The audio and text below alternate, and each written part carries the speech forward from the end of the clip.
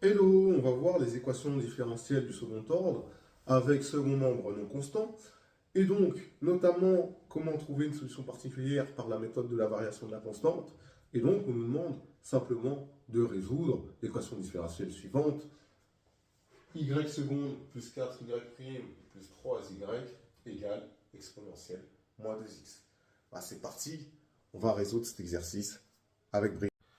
Et donc, la première chose qu'il faut faire quand vous avez comme ça une équation différentielle du second ordre avec second membre non constant de type exponentiel, la première chose de toute manière que vous devez faire, c'est simple, c'est que vous allez résoudre l'équation homogène E0. Et c'est quoi l'équation homogène E0? C'est sans second membre. Et donc, on va noter E0, ce sera y seconde plus 4y prime plus 3y égale 0. Donc une fois qu'on a ça, qu'est-ce qu'on fait? Eh ben, on va mettre le polynôme caractéristique. Le polynôme caractéristique, c'est simple. Ici, j'ai du y seconde, donc je vais mettre r carré plus 4r plus 3 égale 0. D'accord? Je vais résoudre, moi, d'accord, les racines de ce truc-là. C'est pas bien difficile parce que j'ai des solutions évidentes. Donc ici, je vais écrire, j'ai un polynôme caractéristique et je vais chercher les racines de ce polynôme caractéristique. D'accord? Donc, on résout r carré plus 4r plus 3 égale 0. Et j'ai r égale moins 1 et r égale moins 3 qui sont des solutions évidentes. Et donc, je vous rappelle, normalement ça vous devez savoir, lorsque vous avez deux racines réelles, ou deux solutions réelles plutôt, à cette équation, et bien, l'ensemble des solutions de votre équation homogène sont de cette forme-là. La forme que vous voyez ici, lambda 1 exponentielle de R1x plus lambda 2 exponentielle de R2x, ici avec lambda 1 et lambda 2, deux constantes réelles. D'accord? Et donc moi, les solutions de mon équation homogène E0 sont les fonctions définies sur R par.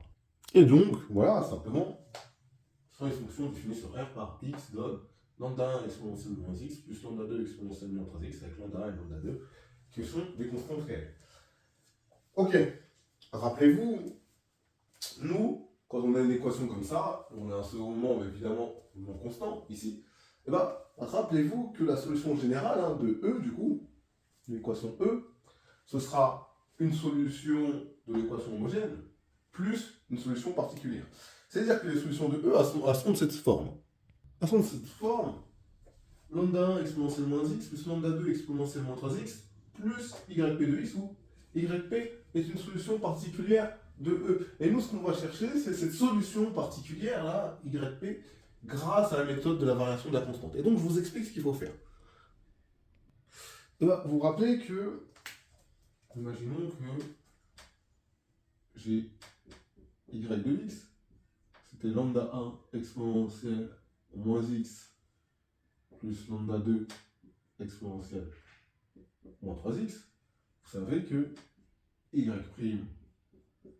de x, ce sera moins lambda 1 exponentielle moins x, moins 3 lambda 2 exponentielle moins 3x.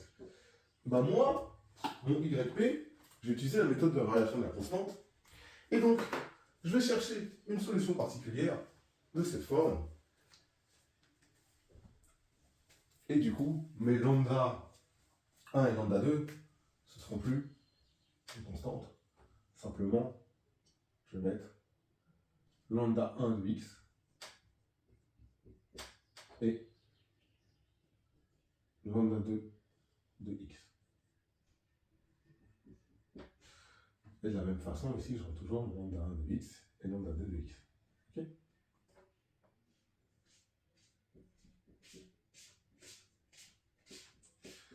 Donc, on va mettre y, solution particulière. Y, solution particulière de la forme. Voilà. D'accord, donc, ok, j'ai mon y qui est ma solution particulière. Là, puisque c'est une solution particulière, qu'est-ce que je vais faire? Je vais aussi calculer y seconde. Ça va me servir. évidemment, y seconde, c'est je dérive y prime. Ok? Très bien, jusque-là, d'accord? Je cherche une solution particulière qui respecte ça. Quand je calcule y seconde, ça me donne ça. Et du coup, si j'écris maintenant comme y est solution particulière de E, ça veut dire que j'ai ça. Et du coup, je poursuis. On a, comme y est solution particulière, bah, j'ai y prime de x plus 4, j'ai y seconde de x plus 4, y prime de x plus 3, y de x, qui est égal à exponentielle moins 2x, d'accord? Je réponds simplement à ça.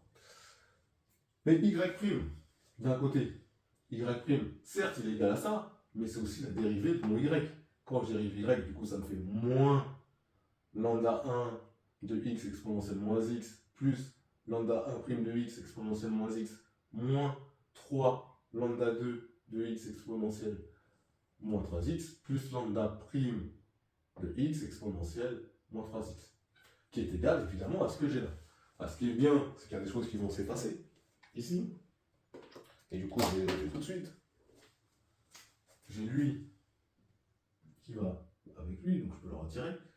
Et j'ai lui qui va avec lui, donc je peux le retirer. Et donc je vais le faire tout de suite. Donc là, j'ai 0. Et là, je vais les effacer. Et du coup, on va pouvoir réécrire quelque chose de plus propre qui va bien nous aider. Bah, j'aurai lambda 1' de x exponentielle moins x plus lambda 2' de x exponentielle moins 3x qui est égal à 0. Donc ça, je vais le réécrire tout de suite. Il n'y a aucun souci là-dessus.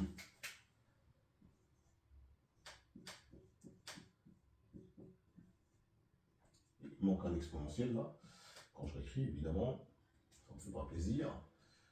Exponentielle moins x plus lambda 2 prime de x exponentielle moins 3x qui est égal à 0.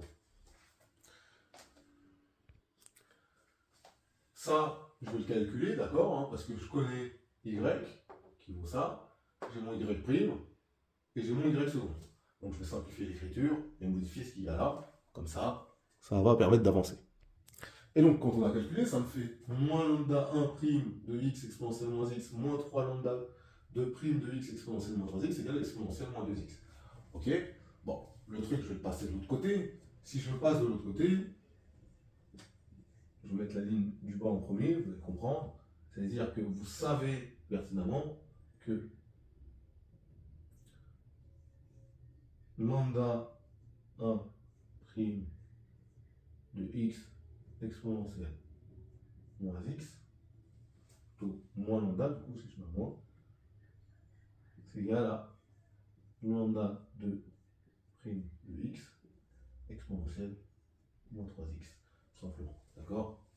Si lui, vous passez de l'autre côté, ça vous fait moins lambda 1' de x exponentielle moins x, et donc j'ai l'égalité qui est ici. Mais comme j'ai l'égalité qui est ici, ce terme-là, là, je vais le remplacer par ça.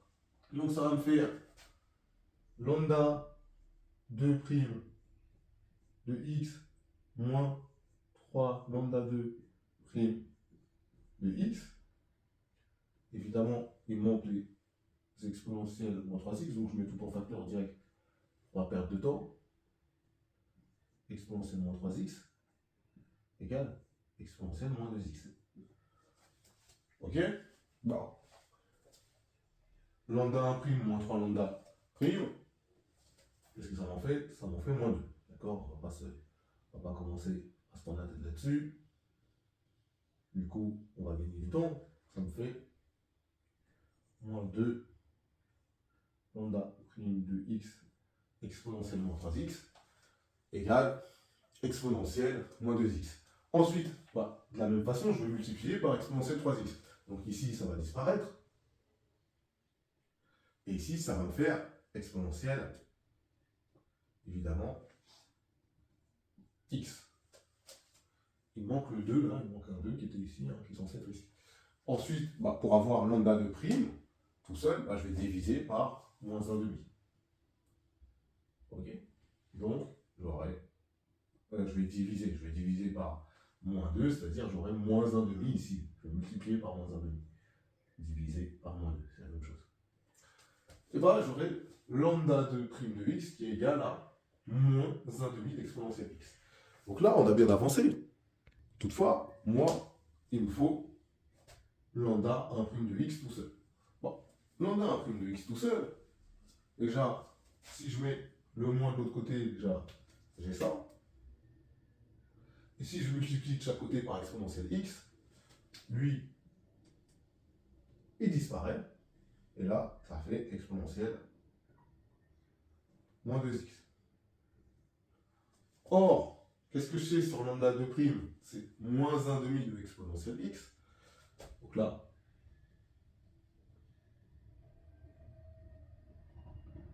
je vais mettre moins 1,5 de exponentielle x. Et là, évidemment, ça va me faire 1,5 de exponentielle moins x. Et du coup, on peut modifier ça. 1,5 de exponentielle moins x. Et du coup, on va réécrire ça au propre. Et du coup, comme j'ai lambda 2' de x qui est égal à moins 1,5 de exponentielle x, pourquoi là, c'est inversé? Ça veut dire que j'ai lambda 2 de x qui est égal à moins 1,5 de exponentielle x plus le constant. D'accord? Il suffit de primitiver. Et de la même manière, lambda 1' de x qui est égal à 1,5 d'exponentielle moins x, et ben, ça veut dire que lambda 1 de x, c'est moins 1,5 d'exponentielle moins x, plus une constante que j'ai appelée C2, évidemment, C1 et C2 appartenant chacun à R, il faut le préciser. Bah, une fois qu'on a fait ça, on a presque fini, parce que ma solution particulière, il suffit que je remplace lambda 1 par sa valeur, d'accord, lambda 1 de x, c'est-à-dire par moins 1,5 d'exponentielle moins x, je vais m'affranchir de la constante, évidemment, et lambda 2 de x, je vais le remplacer par moins 1,5 de exponentielle x. Et voilà, ça va me donner ma solution particulière. Et donc, en poursuivant, d'accord, c'est ce que je dis, je vais remplacer, je vais m'affranchir là des constantes, d'accord, je vais m'affranchir des constantes, du coup, mon y de x, mon lambda 1, ce sera moins 1,5 de exponentielle moins x fois exponentielle moins x.